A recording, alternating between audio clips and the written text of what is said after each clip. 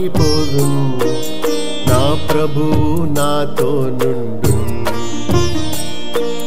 ఆయనే రక్షణ తోడు నీడా దినదినము నన్ను కృపతో నింపు ఆయనే రక్షణ తోడు నీడా దినదినము నన్ను కృపతో నింపు చేరుదు నేను కానానుకు చిరకాలమచ్చటనుందు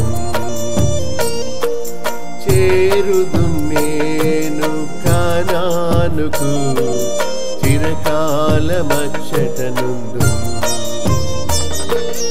అరణ్య యాత్రలో సాగిపోదు నా ప్రభు నాతో నుండు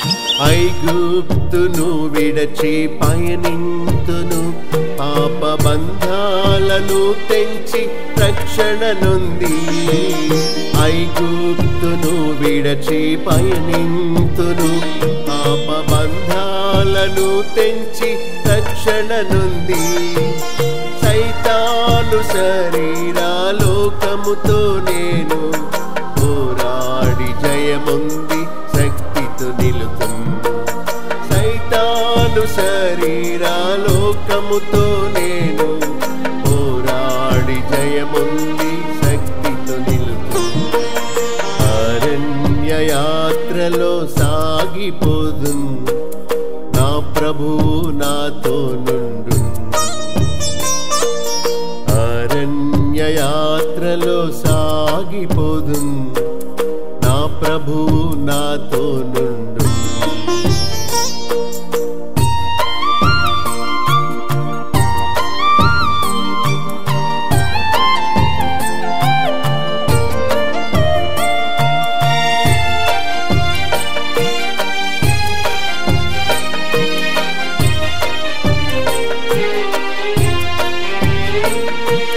అడ్డొచ్చిన ఎర్ర సంద్రామును నీల బాప్తిస్మము ద్వారా అధిగమింతు అడ్డొచ్చిన ఎర్ర సంద్రామును నీల బాప్తిస్మము ద్వారా అధిగమింతు దినదినము కురియు మన్నా భుజించి ధైర్యముతో నా యాత్రను కొనసాగింతు దినదినము కురియు మన్నా భుజించి ధైర్యముతో నా యాత్రను కొనసాగింతు అరణ్య యాత్రలో సాగిపోదు నా ప్రభువు నాతో నుండు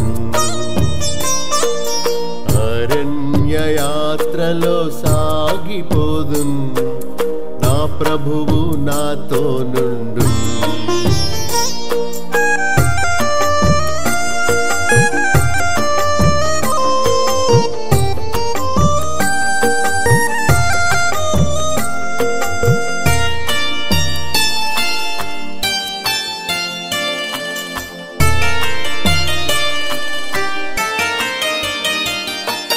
చేదైన స్థలమైన మారానులో భీతి నిరాశ రోగములు కొరతలయందు చేదైన స్థలమైన మారానులో భీతి నిరాశ రోగములు కొరతలయందు ప్రియేసు వాటిని మధురముగా మార్చి తన జీవ జలములతో తృప్తి పరచు ప్రియేసు వాటిని మధురముగా మార్చి తన జీవ జలములతో తృప్తి పరచు అరణ్య యాత్రలో సాగిపోదు నా ప్రభువు నాతో నుండు అరణ్య యాత్రలో సాగిపోదు ప్రభువు నాతో నుండున్.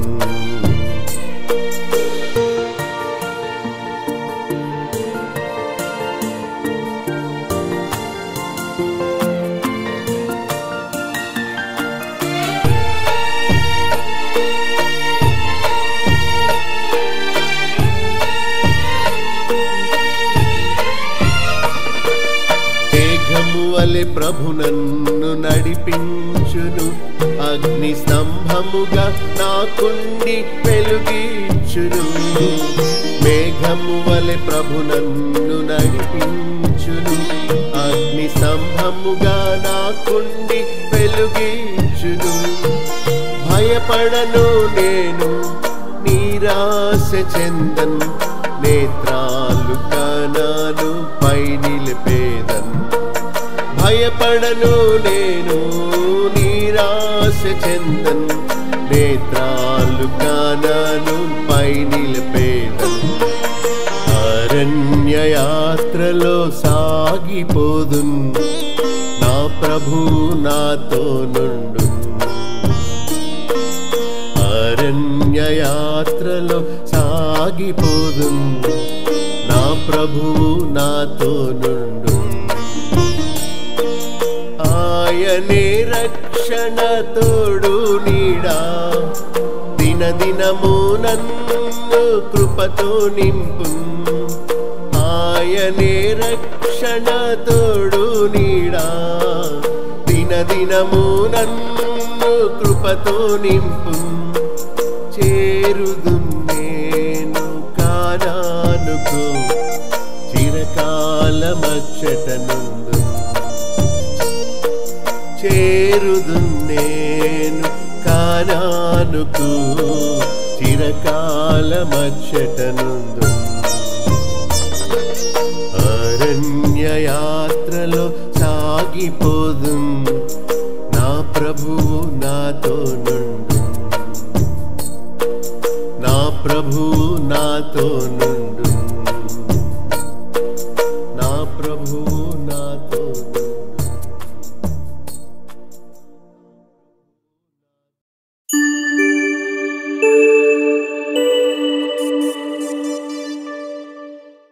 అపోస్తుడైన పౌలు తీతుకు రాసిన పత్రిక 3వ అధ్యాయం 12 నుండి 15 వరకు.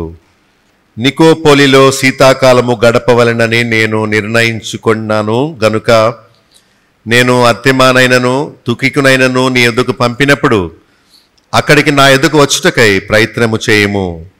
మనవారు నిష్ఫలులు కాకుండా నిమిత్తము అవసరమును బట్టి సమయోచితముగా సత్క్రియలను శ్రద్ధగా చేయుటకు నేర్చుకొనవలెను. గత చెప్పుకున్న మెసేజ్ 8 నుండి 11 వచనాలు, తీతు పత్రిక 3. భక్తుడు పౌలు తన చివరి మాటలు చెబుతూ ఒక నమ్మదగిన మాట చెబుతున్నాడు. ఏంటి ఆ నమ్మదగిన మాట అంటే 8వ వచనంలో దేవుని యందు విశ్వాసం ఉంచిన వారు ఎలా ఉండాలో చెబుతున్నాడు. ఎలా ఉండాలిట? సత్క్రియలను శ్రద్ధగా చేయుటకు మనస్సు ఉంచాలి. దేని మీద మనస్సు పెట్టాలి? సత్క్రియలు చేయడానికి. ఎలా చేయాలి సత్క్రియలు? శ్రద్ధగా. అదే మాట 14వ వచనంలో కూడా చివరి లైన్లో సత్క్రియలను శ్రద్ధగా చేయుటకు నేర్చుకునేవాళ్ళు. Why is he repeating here? చెప్పిన మాటను మళ్ళా చెప్పాడంటే అర్థం ఏంటి? అది చాలా ముఖ్యమైనది అని అర్థం. మనస్సు ఉంచాలి, నేర్చుకోవాలి, శ్రద్ధగా చేయాలి. నిష్కలంకమైన భక్తి ఏదంటే దిక్కులేని వారికి సహాయం చేయడమే. మనకున్న దానిలోనే ప్రభు చెప్పాడు, నీదెవరైనా దొంగిలించుకొని వెళ్ళిపోతుంటే నీకున్నది కూడా ఇచ్చేసేయమన్నాడు. ఇంతకుముందు మనం లాక్కునే వాళ్ళం, వాళ్ళదే వీళ్ళదే. ఇప్పుడు ఏం చేయాలి? జక్క ఇవ్వలే ఇచ్చేసేయాలి ఇతరులకి. ఎవరైనా తీసుకెళ్తుంటే అమ్మ ఇది కూడా కావాలా, తీసుకెళ్ళు అనాలి. ఊరు చివరిన ఒక ఆమె చిన్న పాకలో నులక మంచం మీద పడుకుంది. వాలంటీర్ వచ్చి 2500 ఎంతో ఆమెకు పెన్షన్ ఇచ్చాడు. ఈ విషయాన్ని ఒక కొంటి కుర్రోడు చూసి చచ్చే ముసలిదానికి 2000 ఎందుకు అని రాత్రి 12 అవగానే వెనక ఉన్న తలుపు కొంచెం లూజ్గా ఉంటుంది కదా, పాపం ముసలావిడికి సరైన డోర్ లేదు, ఏదో పుల్ల పెట్టి ఆ గెడ తీసేసి ధైర్యంగా జడవకుండా మాస్క్ పెట్టుకొని తలకు కండవా చుట్టుకొని గుర్తుపడుతుందేమో మా అమ్మ అని ఆమె పడుకుంటే తలగడ కింద పెడుతుంది, తలగడ కవర్లో పెడుతుంది ముసలిదని చెప్పి ఆ 2500 కూడా దొంగిలించడానికి వెతికేస్తున్నాడు. ఆమెకు తెలుసు దొంగ ఎవడో వచ్చాడు, కుర్రగాడు ఎవడో అని. అప్పుడు నాయనా నువ్వు వెతక్కురా మనవడా, దొరకదు, ఎందుకంటే నేను కట్టవలసిన వాళ్ళకి 2000 వెంటనే ఇచ్చేసాను, ఇంకొక 500 ఉన్నాయి అంతే, కావాలా తీసుకెళ్ళు, నువ్వు అర్జెంటుగా ఉన్నావేమో అందుకనే దొంగతనానికి వచ్చావు, నువ్వు కంగారు పడకు, ఇదిగో 500 మిగిలిన తీసుకెళ్ళు, ఏం కొనుక్కుంటావో అని మా అమ్మ అలా అందట. వాడికి వెర్రొచ్చింది, ఇదేంటి దొంగ దొంగ అని అరుస్తారేమో, అల్లరి చేస్తుందేమో ముసలమ్మ అనుకుంటే డబ్బులు లేవు, సాయంత్రం ఇచ్చేసాను ఎవరికో, 500 ఉన్నాయి పట్టుకెళ్ళు అని ఇస్తుందని వాడికి మైండ్ ఆబ్సెంట్ అయ్యి, మా అమ్మ నన్ను క్షమించు, నేను తప్పు చేశాను, నేను కుర్రతనంలో అలా చేశాను, క్షమించు మా అమ్మ, నా దగ్గర 1000 రూపాయలు ఉన్నా నీకు ఇస్తాను మా అమ్మ అని మళ్ళా వాడు 1000 రూపాయలు ఇచ్చి మళ్ళా వారం రోజుల పైకి మళ్ళీ మధ్యరాత్రి వస్తాను నీకేం కావాలో చెప్పని వెళ్ళిపోయాడట వాడు. చూసారా, ఆ మామ సత్క్రియ చేసింది. ప్రభు చెప్పిన బోధలు మనకి కష్టంగా అనిపిస్తాయి, కానీ అవి నిజం. మిమ్మల్ని హింసించే వారి కోసం ప్రార్థన చేయమని చెప్పాడు, మనం ఎప్పుడూ చేస్తుండం. ప్రభు తనను సిలువ వేసే వారిని గురించి ప్రార్థిస్తూ, ఓ తండ్రి వాళ్ళు తెలియక చేస్తున్నారు, వారిని క్షమించు అన్నాడు మనకు మోడల్గా, మాదిరిగా. సో అదొక సత్క్రియ, క్షమించడం, సహాయం చేయడం. ఒక లిస్ట్ చెప్పాను మీకు ఏమేమి చేయాలో. సత్క్రియలు శ్రద్ధగా చేయడానికి మనస్సు ఉంచాలి. ఈ వాక్యం విన్న తర్వాత మీరేమైనా సత్క్రియ చేశారా? అంటే వాక్యం వృధాగానే పోతుందా, లేక మీలో కార్యసిద్ధి కలిగిస్తుందా? మీరు లోబడేవారుగా ఉంటున్నారా, లెక్కలేనితనంగా ఉంటున్నారా? బైబిల్ చెప్తుంది నీకు 2 ఉంటే ఒకటి ఇతరులకు ఇమ్మని. యేసుప్రభు తన ప్రాణాన్ని ఇచ్చేశాడు. భక్తి అంటే దీనులకు సహాయం చేయడం.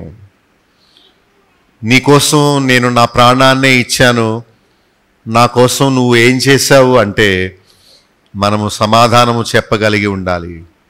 మత్తయి సువార్త చూడండి 25వ అధ్యాయంలో 35-36 వచనాలు. ప్రభు చెప్తున్నాడు, నేను ఆకలిగా ఉంటిని, మీరు నాకు భోజనం పెట్టారు, దాహంగా ఉన్నాను, నీళ్ళు ఇచ్చారు, నేను పరదేశిగా ఉన్నప్పుడు నన్ను చేర్చుకున్నారు, దిగంబరిగా ఉన్నప్పుడు నా కప్పుకోవడానికి వస్త్రాలు ఇచ్చారు, రోగిగా ఉన్నప్పుడు నన్ను చూడటానికి వచ్చారు, చెరసాలలో ఉన్నప్పుడు నా దగ్గరికి వచ్చి నన్ను ఆదరించారు. వాళ్ళు అడుగుతున్నారు, నువ్వెప్పుడు జైలుకి వెళ్ళావు, నువ్వెప్పుడు దాహంతో ఉన్నావు, నువ్వెప్పుడు చలికి వణికిపోతున్నావు, ఇవెప్పుడు చేసావంటే ప్రభు చెప్పాడు, మిక్కిలి చిన్నవారిలో దీనుల్లో ఒకరికి చేస్తే నాకు చేసినట్లే అన్నారు.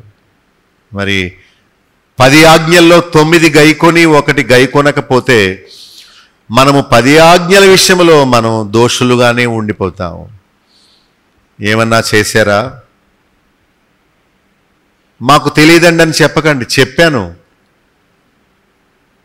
చెప్పినప్పుడు మీ సామర్థ్యంలో మీరు చేయగలిగిన పని మీరు చెయ్యాలి. ఒకవేళ చేయకపోతే మనము దోషులం అవుతాము. సో ఆ లోటు మీలో లేకుండా మీరు చేయగలిగింది మీరు చేయాలి. చేయకూడనివి ఏవి? తర్కములు, కలహాలు, వివాదాలు, మతభేదాలు, వీటిని విసర్జించాలి. ప్రయోజనకరమైనవి ఏవో చూచి వాటిని చెయ్యాలి. మనము మానవలసినవి కొన్ని ఉన్నాయి, చేయవలసినవి కొన్ని ఉన్నాయి. మనము గొడవలకు వెళ్ళకూడదు, సమాధానాన్ని మనం కోరుకోవాలి. మనకున్నదాన్ని ఇచ్చి మనం బలహీనం అయిపోవాలి. యేసుప్రభు అలా అయిపోయాడు.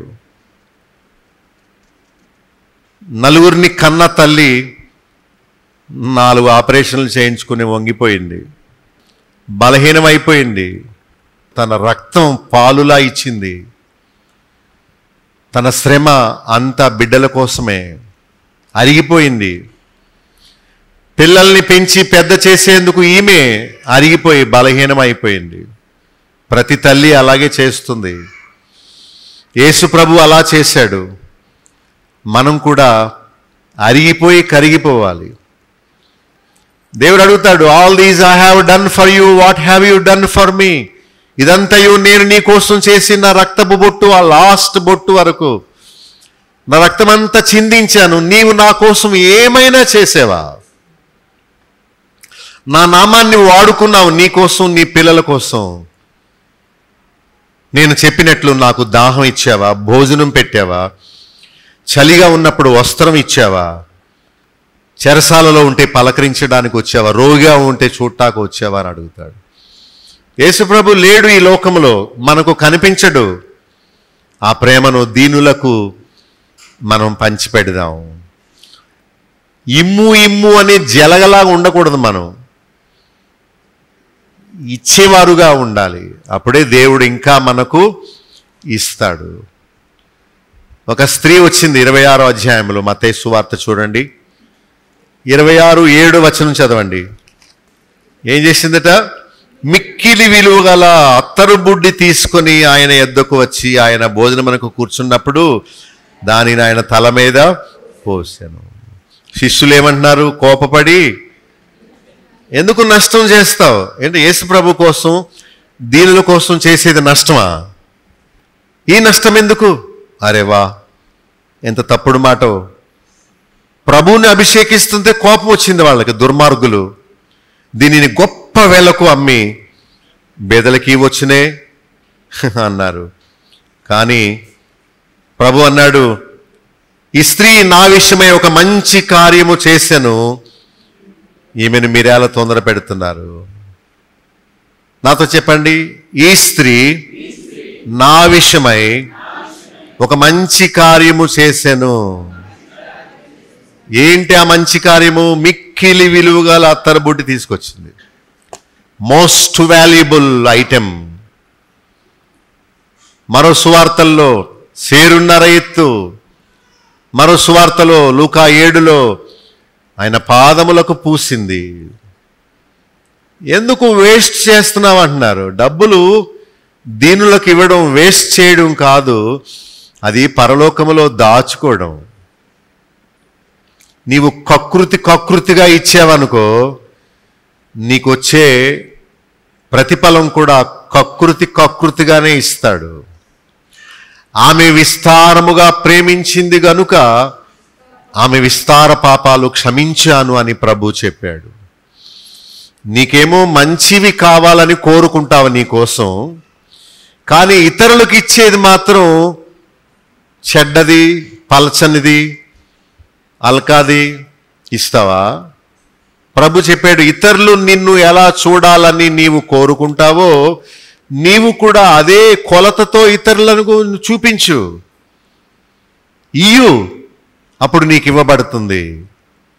Give respect and then take respect.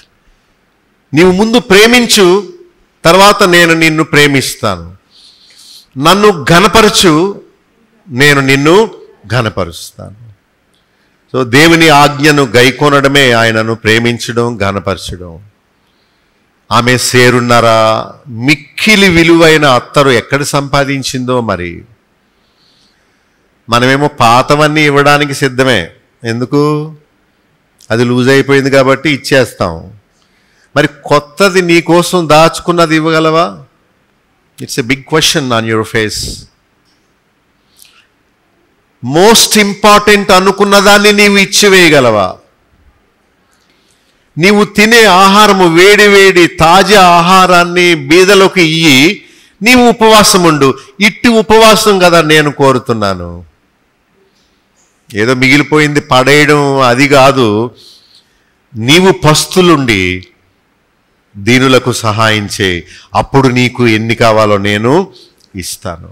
దేవుని కార్యాల కొరకు, సువార్త ప్రకటన కొరకు, దేవుని రాజ్య వ్యాప్తి కొరకు, భక్తుల పోషణ కొరకు మన సమయాన్ని, మన ధనాన్ని, మన యొక్క శ్రమను, మనకున్న వస్తువులను ఇవ్వగలిగి ఉండడమే భక్తి. దాచుకోవడం భక్తి కాదు.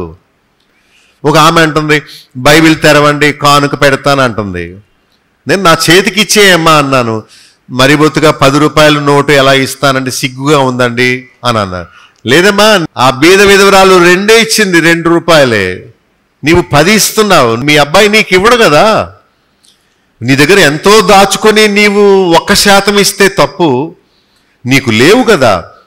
ఇయ్యమ్మా నేను తీసుకుంటాను, అది ఎంతో అమూల్యమైంది అనగానే ఏమనుకోకండి 10 రూపాయలే అంది.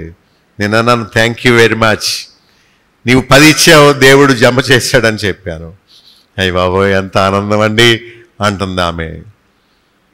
చూసారా, ప్రభు చెప్పాడు, విత్తనాలు చల్లడానికి నీవు కక్కుర్తి పడితే విస్తారమైన పంట నీవు ఎలా కోసుకుంటావు? ఆకుమడి వేయడానికి బస్తా గింజలు ధాన్యం విత్తారు. ఓకే, బస్తా గింజలు ఆకుమడి విత్తితే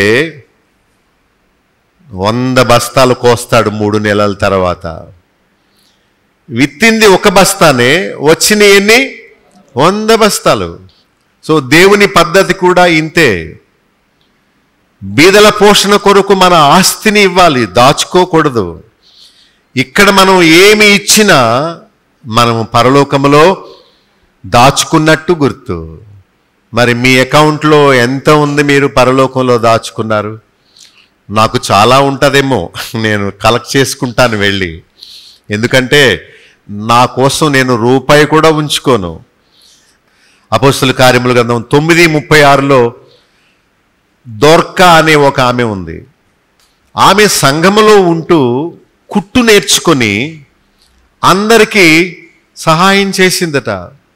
చిరిగిపోయిన వాటిని కుట్టిందట, డబ్బులు తీసుకొని కాదు, ఉచితంగా. పాపం ఏం అనారోగ్యం వచ్చిందో చనిపోయింది. వాళ్ళందరూ పేతురు పాస్టర్ గారికి కౌరు చేశారు. ఆ పేతురు రాగానే వాళ్ళందరూ సాక్ష్యం చెప్తున్నారు, ఈ దోర్కా చాలా మంచి ఆవిడండి, పేదామే, కుట్టడం వచ్చు. ఆమె చిరిగిపోయిన వస్త్రంతో వెళుతుంటామా, ఇలారా నువ్వు ఇంటికి వెళ్ళి అది వాచుకొని రా, నేను దాన్ని కుట్టి ఇస్తాను అని. ఇదిగో ఈ అంగి ఆమె కుట్టిందే, ఇగో ఈ జాకెట్ ఆమె కుట్టిందే. ఆమె చేయగలిగిన పని ఆమె చేసింది. ఇలాంటి వ్యక్తి బతకాలి. ఇలాంటి వ్యక్తి సంఘములో అవసరం. కానీ చనిపోయింది అని అనగానే పేతురు అనుకున్నాడు, ఉపయోగపడే వ్యక్తులు బతికితేనే మంచిది, చనిపోతే ఏం ఉపయోగం? దేవా నా ప్రార్థన విని ఆమెను లేపు అన్నాడంతే. చచ్చిపోయిన దోర్కా ఏమైంది? మళ్ళీ తిరిగి లేచింది. ఎందుకు లేచిందో తెలుసా మీకు? ఆమె చేసిన సత్క్రియలు ఆమెను తిరిగి లేపాయి. రేపు నీవు నేను చనిపోతాము, సమాధిలో పెడతారు. కానీ యేసుక్రీస్తును దేవుడు మృతులలో నుండి లేపినట్లు, దోర్కాను లేపినట్లు నిన్ను నన్ను పునరుత్థాన జీవముతో తిరిగి లేపాలి అంటే ఈనాడు మనం కొన్ని సత్క్రియలు చేసి ఉండాలి. ఆ రోజు వంట వండుకుంటున్నానండి, నీకోసం నువ్వు చేసుకునేది సత్క్రియ కాదు. నీవు బీదలకు, తల్లిదండ్రులు లేని వారికి, భర్త చనిపోయిన వారికి, కష్టాల్లో ఇబ్బందుల్లో ఉన్న వారికి ఏం చేయగలిగేవి అనేది సత్క్రియ. పోయిన మీకు ఒక ఉదాహరణ చెప్పాను. ఒక ఆమె కువైట్ వెళ్ళింది. ఆ దేశము నుండి సంవత్సరానికి ఒకసారి ఆమె చలిలో ఉన్న వాళ్ళకి దుప్పట్లు పంచిపెట్టమని 10,000 పంపింది. వీళ్ళేం చేశారు, మేమెందుకు చేయకూడదని వాళ్ళు కూడా భోజనం వండి పొట్లాలు కట్టి, వారు అయ్యగారు ప్రార్థన చేయండి, మేము పంచిపెట్టడానికి వెళుతున్నాం. రోడ్డు మీద చలితో వణుకుపోయే వారికి, ఆ ప్లాట్ఫామ్ మీద పడుకున్న వాళ్ళకి దుప్పటి కప్పుతాం. దేవుని ఆజ్ఞ, మా అమ్మ చెప్పింది, మేము చేస్తాం. ఏ ఊరు వెళ్ళమంటారు, ఎవరికి పంచమంటారు, ఎటు వెళ్ళమంటారు, ప్రార్థన చేయండి, మమ్మల్ని పంపండి అని అడిగాడు ఆ అబ్బాయి. నాకు చాలా ఆనందమైంది. నేను ఎప్పుడు అలా చేయలేదే. మందిరాల్లో వాళ్ళ వీళ్ళకి ఇచ్చాను, కానీ నేను వండుకొని పొట్లాలు కట్టి బండి మీద వెళుతూ రోడ్డు మీద పడుకున్న వాళ్ళు, కొట్ల దగ్గర పడుకున్న వాళ్ళు, తల్లిదండ్రులు లేని బీదలు, రోడ్డు ప్రక్కన పెంట మీద గుడారం వేసుకొని పడుకునే వాళ్ళకి ఎప్పుడు ఇస్తావు నీవు నీ చెప్పులు? ఒక కొత్త హవాయి చెప్పులు కొనుక్కెళ్ళి రోడ్డు మీద చెప్పులు లేకుండా ఎండలో నడిచే వాళ్ళు ఎవరో చూసి వాళ్ళకి ఈ చెప్పులు తొడుక్కో అని ఎప్పుడైనా నీ చేతితో ఇచ్చావా? వేడివేడి పొగలొచ్చే అప్పుడే దించిన ఆహారాన్ని ఎవరికైనా బీదలకు తినమని ఇచ్చావా? నేను ఆకలిగొంటిని, మీరు నాకు ఆహారము పెట్టి తిరి. When was that? ఎప్పుడు చేశాం? మిక్కిలి దీనులైన వారికి చేస్తే మీరు నాకు చేసినట్లే. తెస్సలోనికయ సంఘము గురించి మొదటి పత్రిక 1:3 వారు ఎలా ఉన్నారో చెబుతున్నాడు. విశ్వాసముతో కూడిన మీ పనిని, ప్రేమతో కూడిన మీ ప్రయాసమును, ప్రభువైన యేసుక్రీస్తునందల నిరీక్షణతో కూడిన మీ ఓర్పును దేవుని ఎదుట మానక జ్ఞాపకము చేసుకుంటున్నాను. వాళ్ళ పని ఏంటనుకున్నారా? పని సత్క్రియలు. తెస్సలోనికయ సంఘంలా ఉందా మన సంఘం, లేకపోతే స్వార్థ సంఘంగా ఉందా? ఇస్తే పుచ్చుకునేలానే ఉన్నారా, లేకపోతే పుచ్చుకున్నది ఇతరులకు ఇవ్వడానికి దీన మనసుతో ఉన్నారా? ప్రేమతో కూడిన మీ ప్రయాస. వా, ఎంత మంచి భాషో! ఈ ప్రయాస ఎలా చేస్తున్నారట? ప్రేమతో చేస్తున్నారు. మీకు శ్రమపడడం ఇష్టమా? సణుక్కోకుండా మీరు సత్క్రియలు చేయగలరా? మీ స్వార్థాన్ని విడిచిపెట్టగలరా? ప్రకటన 2:2 ఎఫెసు సంఘము గురించి ప్రభు సాక్ష్యం ఇస్తున్నాడు. ఓ ఎఫెసు సంఘము, నీ క్రియలు, నీ కష్టమును నేను చూచాను. I have seen your labour for the poor. దీనుల కొరకు నువ్వు ఏం చేస్తున్నావో నేను చూచాను, నీకు ప్రతిఫలం ఇస్తానని చెప్తున్నాడు. మరి నీ క్రియలు ఎలా ఉన్నాయి? ఒక ఆమె నాకు కానుకిస్తూ అంటుంది, అయ్యగారు ఆ పక్క ఆవిడిచ్చిన 100 కాగితమును నేను ఇచ్చిన 500 కాగితం కలిసిపోయింది, చూసుకోండి, 500 ఇచ్చింది నేను అంటుంది. అప్పుడు సరే అమ్మా, దేవుడు నీకు ప్రతిఫలం ఇస్తాడు అన్నాను. ఆమెకు ఐడెంటిటీ కోసం ప్రయాసపడుతుంది. నాకు గుర్తింపు కావాలి.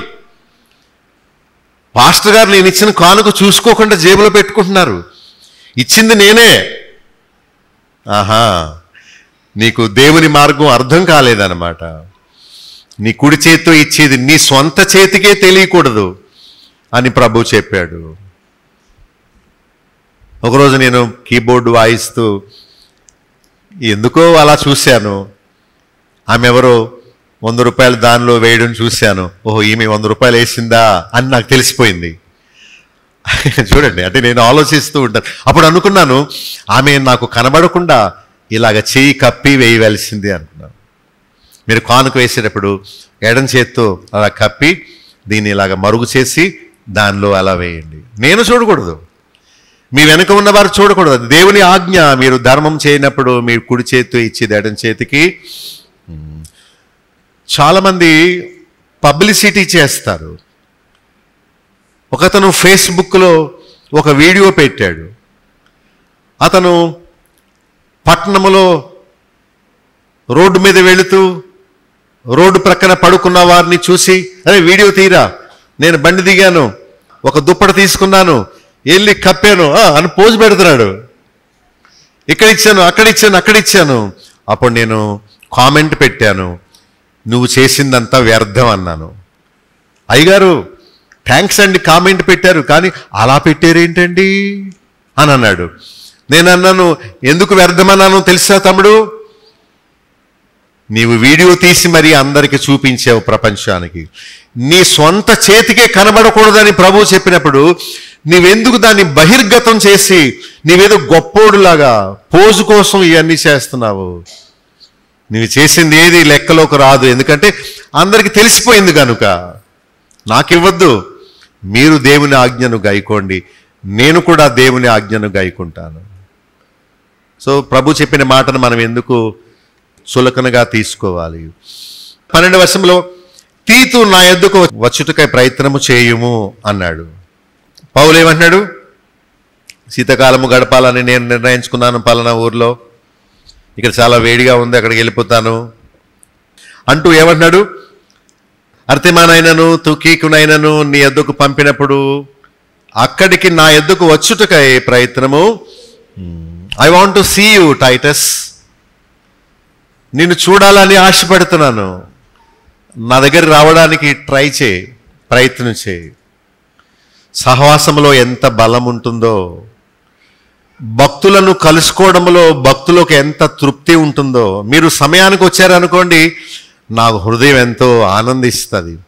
మీరు లేటుగా ఉసూరుమంటూ అయ్యో అనవసరంగా వచ్చాను అన్నట్టుగా వచ్చారనుకోండి, నాలో ఉన్న దేవుని ఆత్మ బాధపడతాడు. దేవుని సన్నిధి కంటే కూడా ఉన్నతమైన పని ఏముంది మీకు? దేవుని వాక్యం వినలేదా? పాటలు పాడలేదా? ప్రారంభ సమయంలో ఎందుకు లేరు? మందిరానికి రాలేనంత తీరిక లేకుండా ఉన్నావా? దేవుని సన్నిధి కంటే కూడా నీకు ముఖ్యమైన పని ఏంటి అని దేవుడు అడిగితే నువ్వు సమాధానం ఏం చెప్తావు? తీతు, నా యొద్దకు త్వరగా రావడానికి ప్రయత్నం చెయ్యి. నీకు ఎన్నో విషయాలు చెప్పాలి, నీకు లోకం మీద వైరాగ్యం కలిగించాలి, లోకమును కానీ లోకములో ఉన్న వాటిని కానీ ప్రేమించకూడదని నీకు నేర్పాలి. దేవుణ్ణి ఆరాధించడం వల్ల ఎంతగా దేవునికి నీవు దగ్గర అవుతావో నీకు నేర్పాలి. మంచి పాట పాడాను, మంచి ఆరాధన వర్తమానం బోధించాను, నీవు దాన్ని మిస్ అయ్యావు. తీతు, I want you to be with me అని పౌలు తీతును రమ్మని పిలుస్తున్నాడు. ఇంకేమన్నాడు?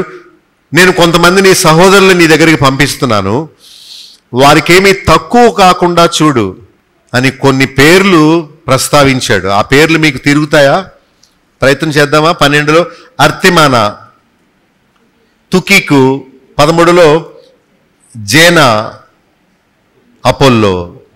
ఆహా, వారు పౌలు నోట్లో ఉన్నారు.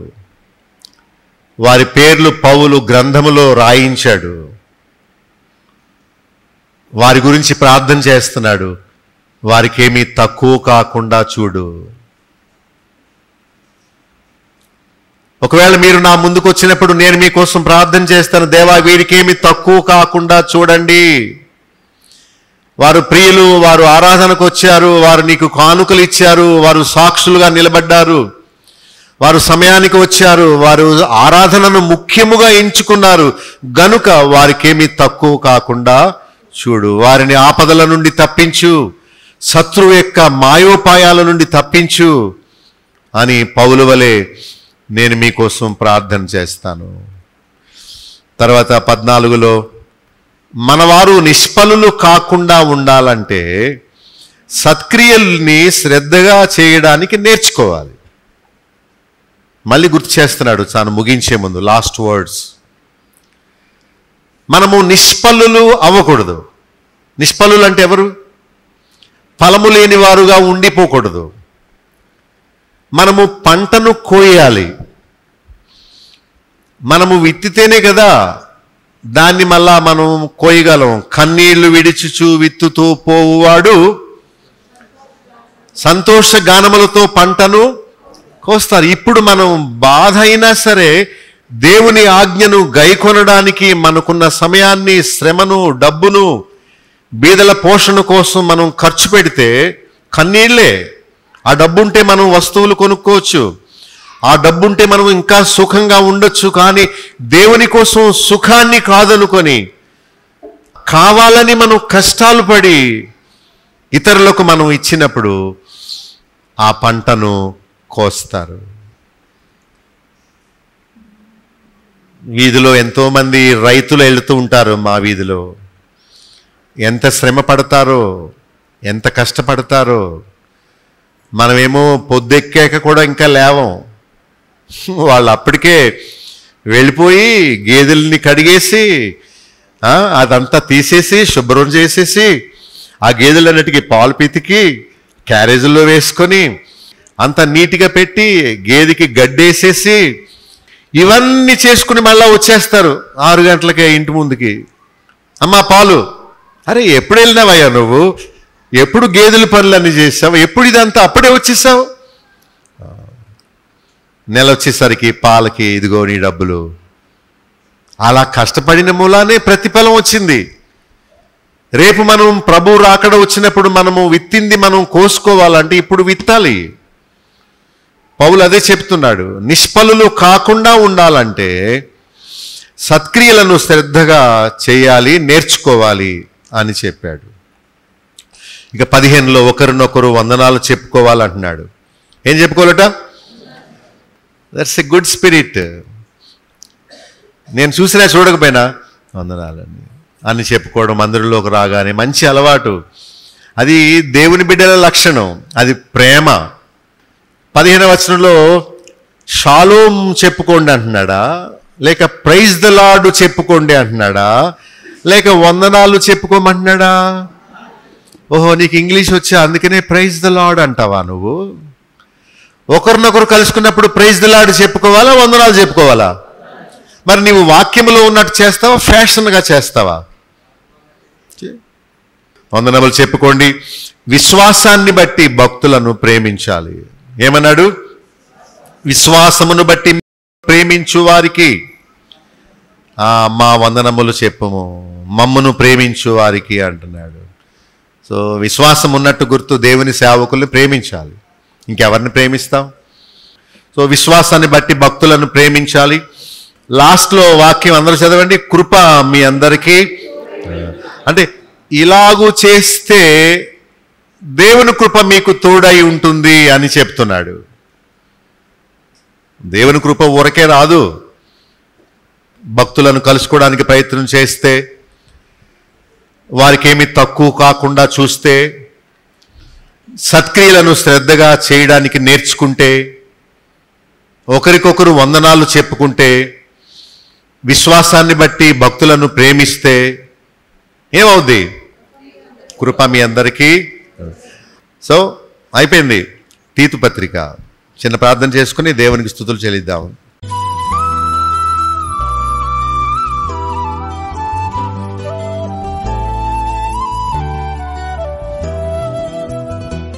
పరమ తండ్రి, నీ వాక్యమే మాకు లేకుంటే నీ మార్గాలు మేము ఎలా తెలుసుకోగలం నాయన?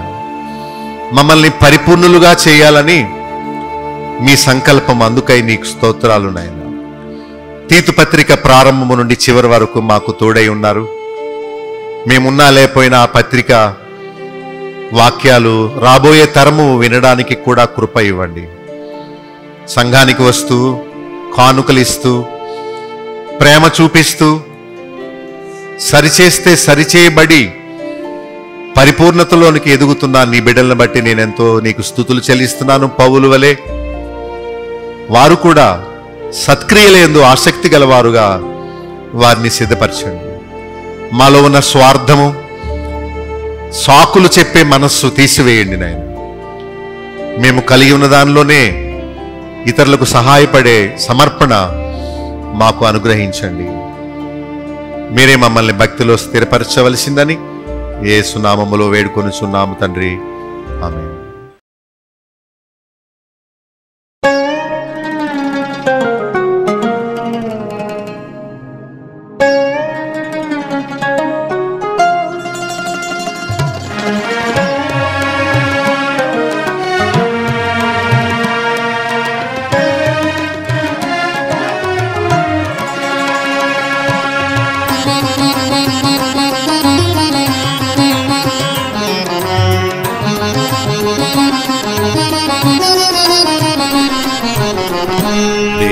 ఏమని నిన్ను పొగడగలను? నేను ఏమిచ్చి రుణం తీర్చుకొందున్? లెక్కలేనన్ని స్తుతులు చెల్లింతున్. ఇంకా నీ కొరకే జీవింతు నీలలో. దేవా ఏమని నిన్ను పొగడగలను? నేను ఏమిచ్చి రుణం తీర్చుకొందున్, లెక్కలేనన్ని స్తుతులు చెల్లింతున్. ఇంకా నీ కొరకే జీవింతు నీలలో, దేవా ఏమని నిన్ను పొగడగలను.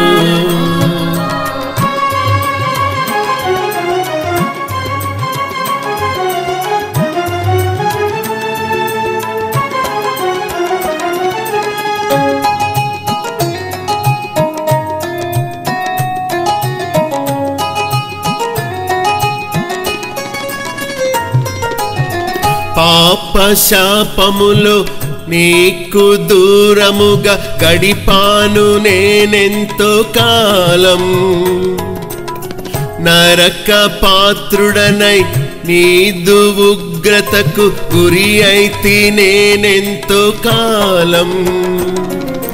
ప్రేమించావు, క్షమించావు, ప్రాణమునిచ్చి నాకై బలి అయినావు.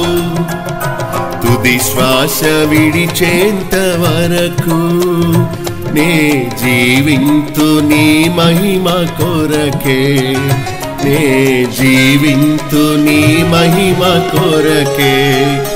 దేవా ఏమని నిన్ను పొగడగలను, నేను ఏమిచ్చి రుణం తీర్చుకొందున్, లెక్కలేనన్ని స్తుతులు చెల్లింతున్. ఇంకా నీ కొరకే జీవింతు నీలలో, దేవా ఏమని నిన్ను పొగడగలను.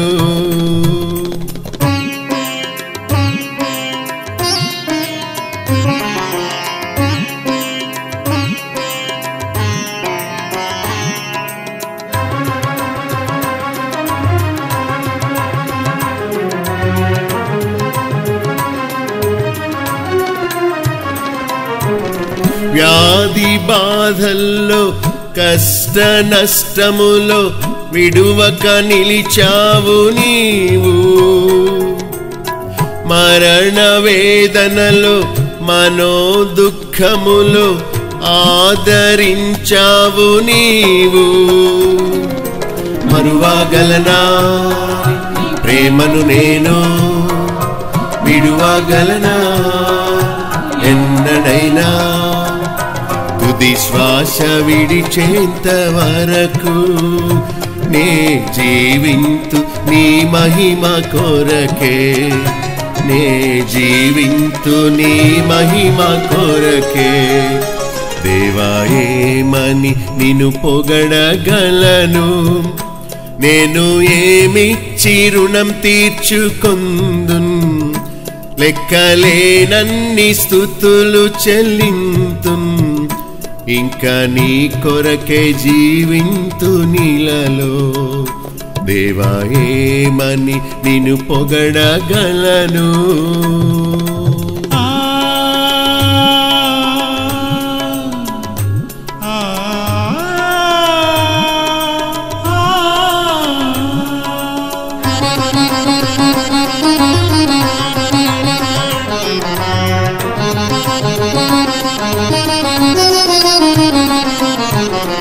లోకాశలతో చెడు తలంపులతో మలినమైన నన్ను,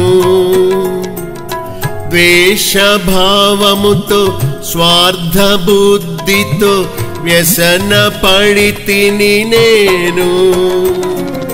మార్చినావు నీ వాక్యము ద్వారా, నింపినావు ఆత్మతో నన్ను. తుది శ్వాస విడిచేంత వరకు నే జీవింతు నీ మహిమ కొరకే, నే జీవింతు నీ మహిమ కొరకే. దేవా ఏమని నిన్ను పొగడగలను, నేను ఏమిచ్చి రుణం తీర్చుకొందున్, లెక్కలేనన్ని స్తుతులు చెల్లింతున్.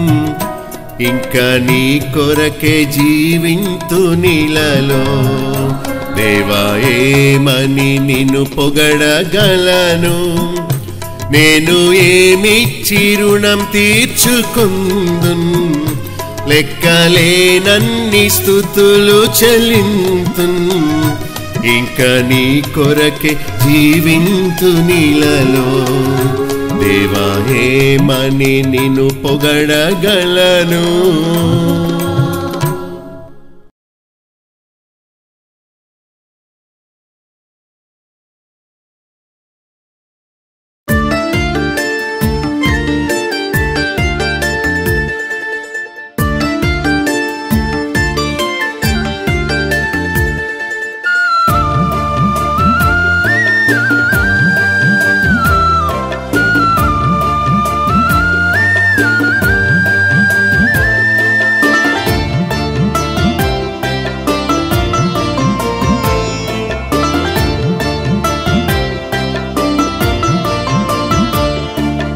దేవుడు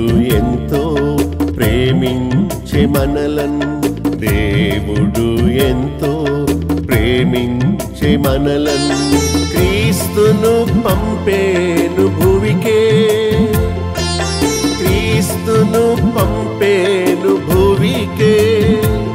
నశించుచున్న మానవులను బ్రోవా, నశించుచున్న మానవులను బ్రోవా, నిత్య జీవాము నీవా.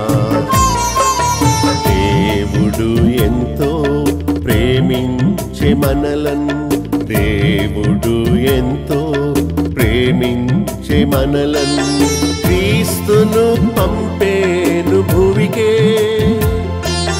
క్రీస్తును పంపేను భువికే.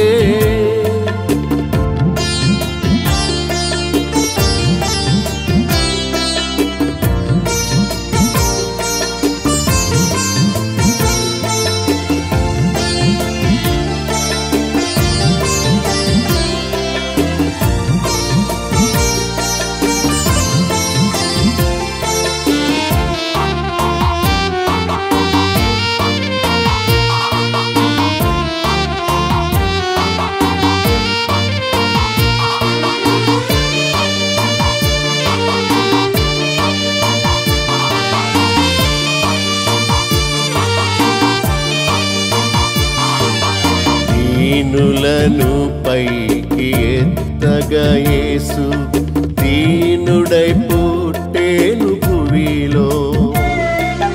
దీనులను పైకి ఎత్తగా యేసు, దీనుడై పుట్టేను భువిలో. పాపుల రక్షింప ప్రభు యేసు క్రీస్తు, పాపుల రక్షింప ప్రభు యేసు క్రీస్తు, పరము నుండి దిగి వచ్చే, పరము నుండి దిగి వచ్చే. దేవుడు ఎంతో ప్రేమించే మనలన్, దేవుడు ఎంతో ప్రేమించే మనలన్, క్రీస్తును పంపేను భువికే, క్రీస్తును పంపేను భువికే.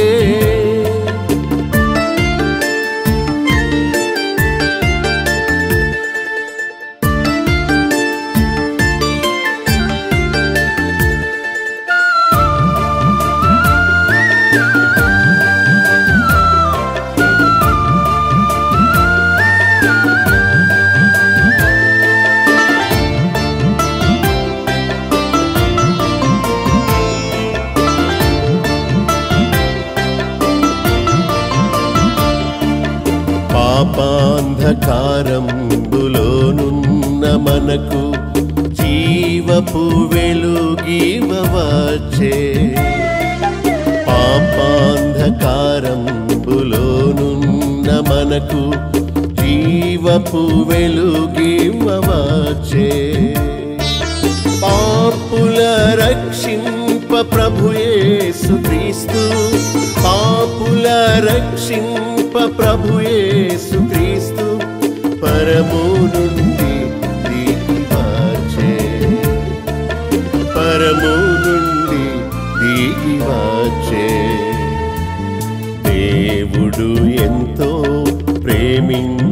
మనలను దేవుడు ఎంతో ప్రేమించే మనలను క్రీస్తును పంపేను భూమికే క్రీస్తును పంపేను భూమికే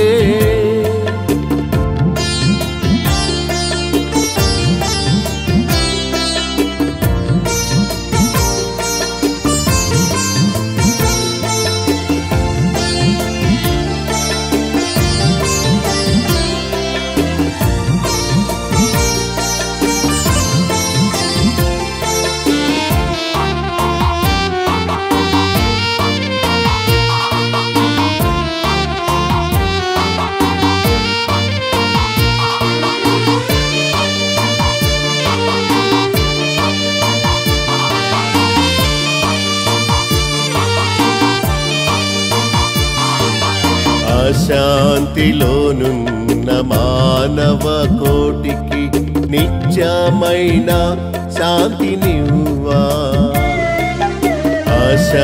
అశాంతిలోనున్న మానవ కోటికి నిత్యమైన శాంతినివ్వా పాపుల రక్షింప ప్రభు యేసు క్రీస్తు పాపుల రక్షింప ప్రభు యేసు క్రీస్తు పరము నుండి దిగి వచ్చే పరము నుండి దిగి వచ్చే దేవుడు ఎంతో ప్రేమించే మనలను దేవుడు ఎంతో ప్రేమించే మనలను క్రీస్తును పంపేను భూమికే క్రీస్తును పంపేను భూమికే నశించుచున్న మానవులను ప్రోవా నశించుచున్న మానవులను ప్రోవా నిత్య జీవాము నీవా దేవుడు ఎంతో ప్రేమించే మనలను దేవుడు ఎంతో ప్రేమించే మనలను క్రీస్తును పంపేను భూమికే క్రీస్తును పంపేను భూమికే మా చిరునామా బాబులో గండి chairman Bethel assembly Nallajerla pin code 534112 పశ్చిమ గోదావరి జిల్లా ఆంధ్రప్రదేశ్ మా ఫోన్ నంబర్స్ 088112773333 మా సెల్ నెంబర్ 9440111250 మరొక సెల్ నెంబర్ 9000000803 మా ఈమెయిల్ ఐడి satyasakshi.tv@gmail.com మా వెబ్సైట్ www.betelassembly.net